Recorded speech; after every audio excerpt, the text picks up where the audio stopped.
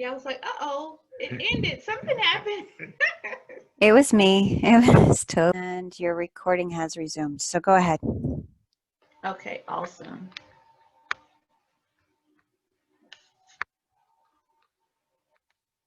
Okay, so like I said, you want to envision that person that you want to be, and stay focused on that and continue to move forward.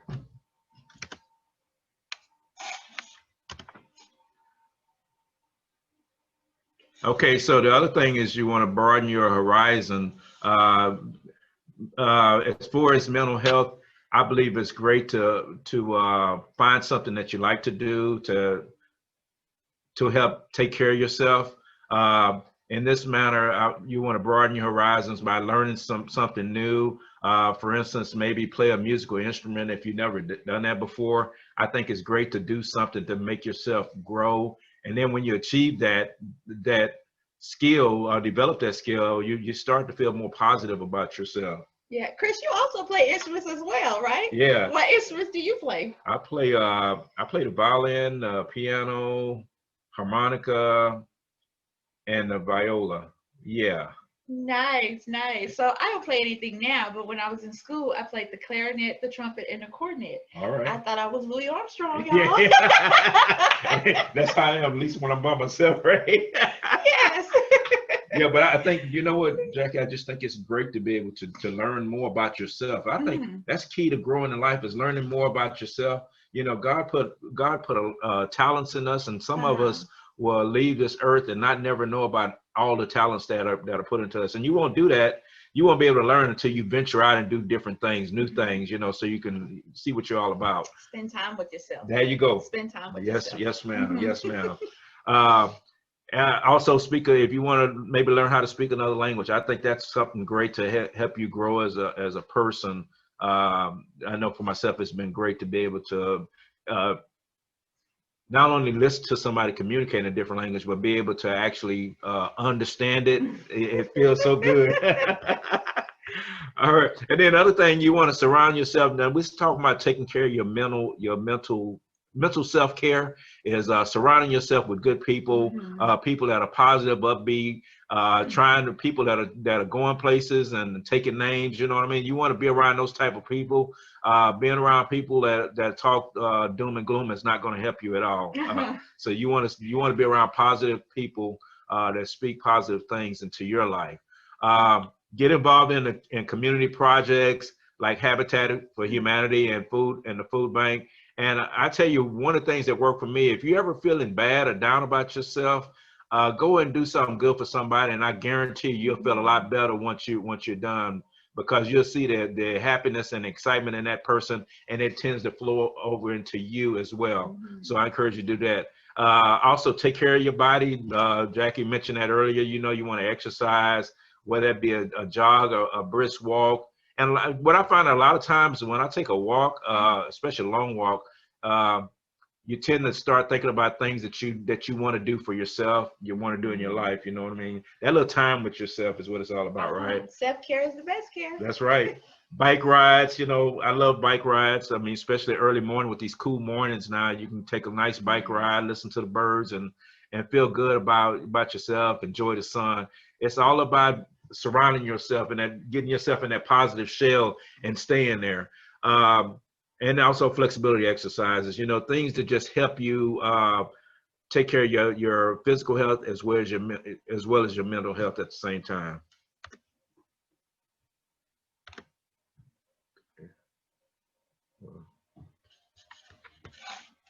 Okay. Okay. So, and also you want to get adequate rest. That's one of the things that I had to change, because I was a person that would probably go to bed about 10, but I would look at TV until 12, and then you got to wake up early, and that's not good. So you want to make sure you get on a rest schedule and try to stick to it as much as possible. Make sure you stay hydrated and eat nutritional foods. All that helps as far as being a rounded person. You know what I found out, Jackie, is that in school, when I took some college courses, and I finally realized that, and this is in the older age, right? I finally realized that eating food has a lot to do with your ability to be able to study and learn. Absolutely. And the time that you eat it. Breakfast is the most essential piece that you can have for that day. Breakfast is great. Yeah. Exercising in the morning is great. Getting up, drinking water before you do anything hydrates your cells and it help you function better throughout the day. So I learned some of those things as well. Yeah. So that's awesome lesson I got from that. Also, you want to learn mind quieting exercises. One of the things that I like this one, this grounding, is I looked at a video and it talked about grounding. And because what happens is, I just mentioned earlier that idle mind is a devil's workshop. Well, if you don't ground your mind will just wander, and it tends to wander on negative stuff versus good stuff for some reason. So you have to take control of that situation and learn mind grounding. I encourage you to look it up on YouTube.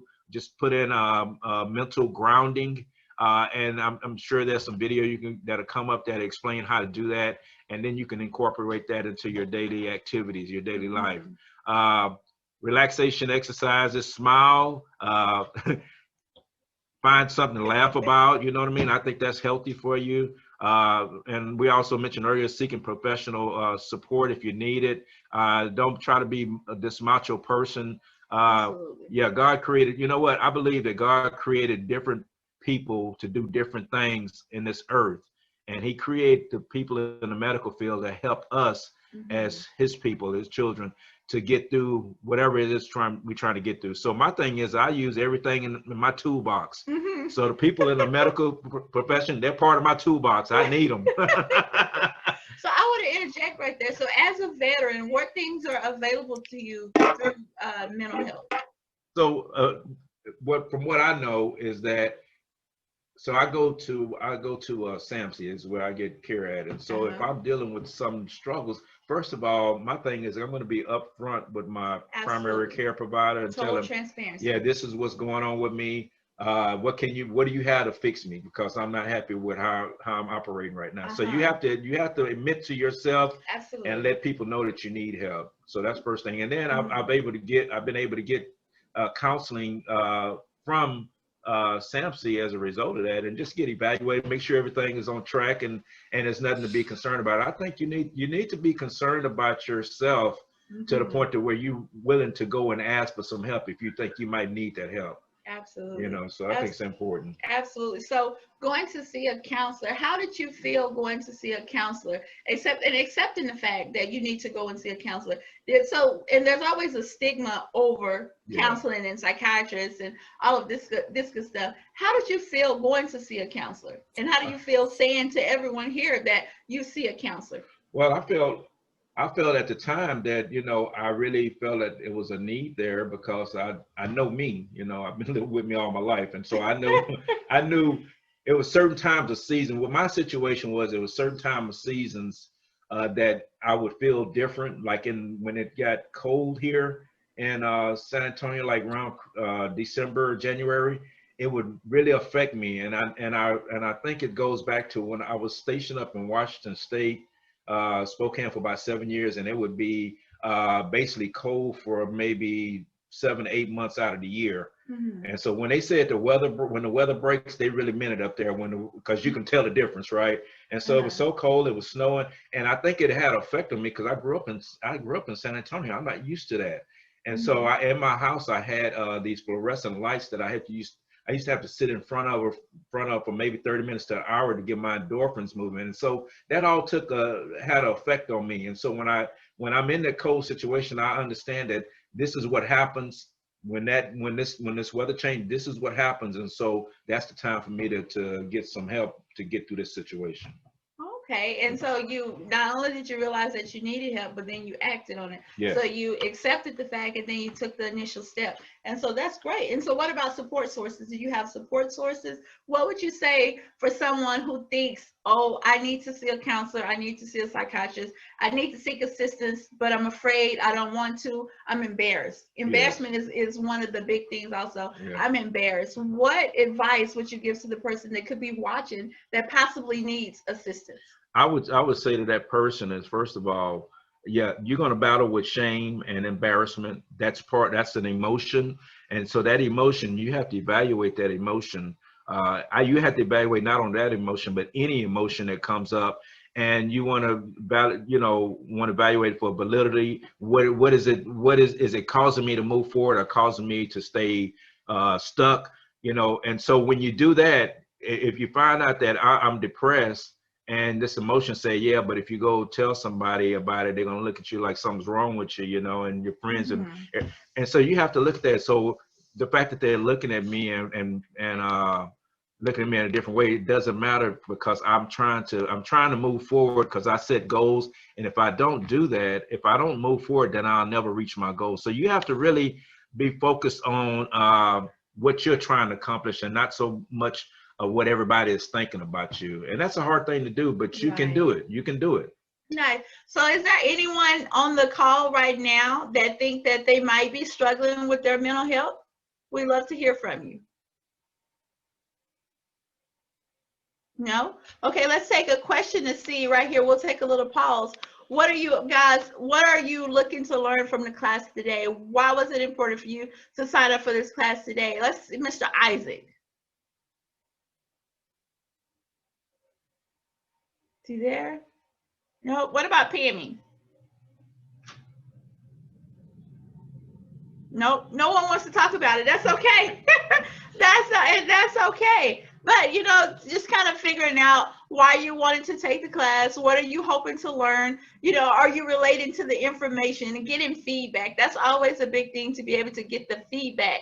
And this way, you're addressing your concerns that you have. And then we learn as well some things that we might need to incorporate, because the truth of the matter is, if you're suffering from one thing, it's probably it's that someone else is suffering from the same thing. So you end up helping the masses. Yeah. So by you thinking that your statement or your testimony is not going to do anything for anyone, someone could be waiting to hear your testimony. That could actually inspire someone to do better, seek counseling, get assistance, and things of that nature. So I just wanted to share that with you all. Okay, Chris.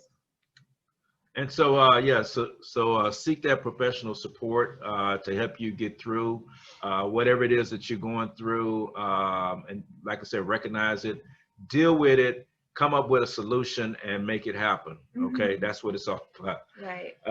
And then the other thing is you want to get your finances in order, because that can cause a lot of stress and a lot of depression.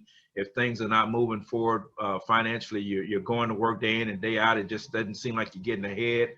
And especially with COVID going on, there's been a lot of economic downturns. Absolutely. And so you want to be able to overcome those challenges so that you can stay upbeat from a mental health standpoint. So speaking of which, COVID-19 has definitely brought on some financial challenges for us. So I'm going to kind of share some information to help you get through the financial downturns that we're facing. As a matter of fact, it's been right now the numbers are showing the death toll reached, that was 200,000. That was a couple of weeks ago. This slide needs to be updated, but just a little bit. I think it went up a couple of more folks over the last couple of weeks. Washington University predicts that that it would actually double or triple by January 2021. Wow. Now, why is that?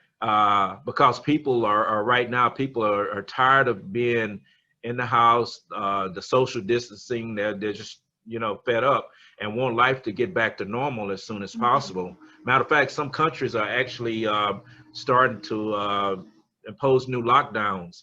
And so all of these things that have been talked about, and I feel the same way. I mean, it doesn't seem like it's going to go away. Don't know. It's like it's going to always be around, maybe not to the extent that it was when it first hit us, but it's always going to be here, and we're always going to have to deal with it from what I'm seeing. I could be totally wrong. Hopefully I am, but I'm preparing for worst case scenario. I'm that type of person that I'm going to prepare for the worst case scenario just in case. I want to be ready for it.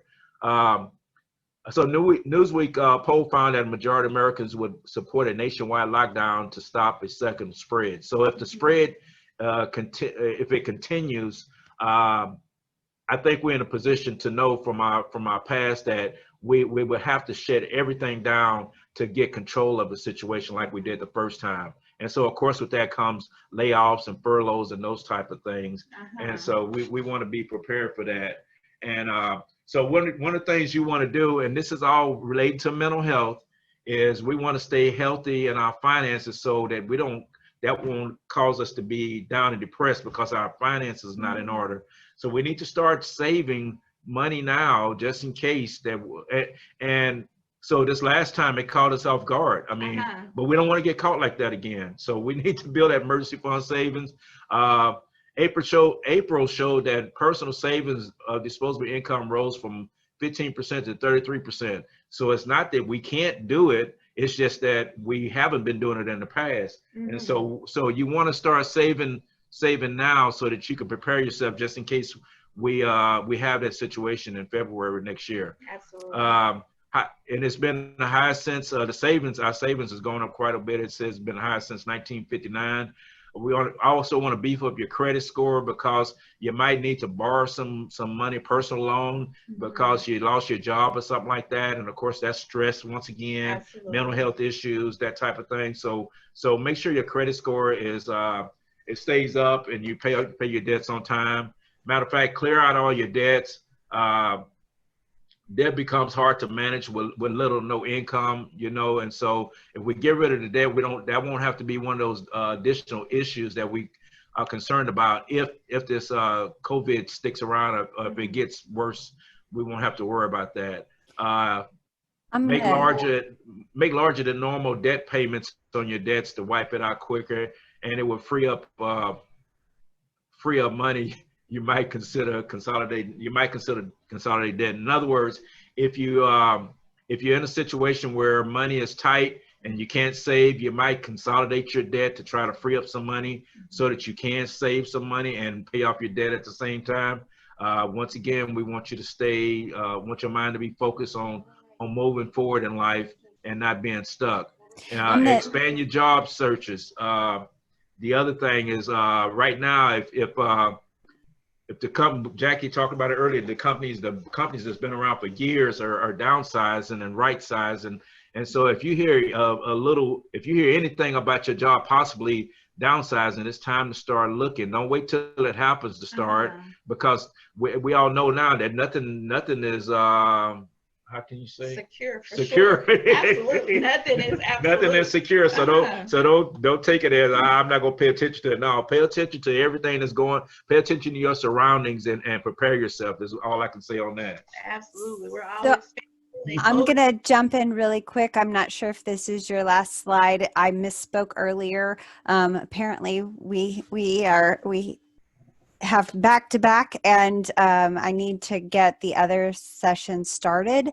Okay. So if you can make your final remarks, my apologies. And thank you so much for all the wonderful information. I will also remind you to go and check the Q&A on your Whova app, because there's a couple of questions in that area that you can reply to within the app by clicking on the question. And if there's any additional information that you would like to share, you have an exhibitor booth, correct?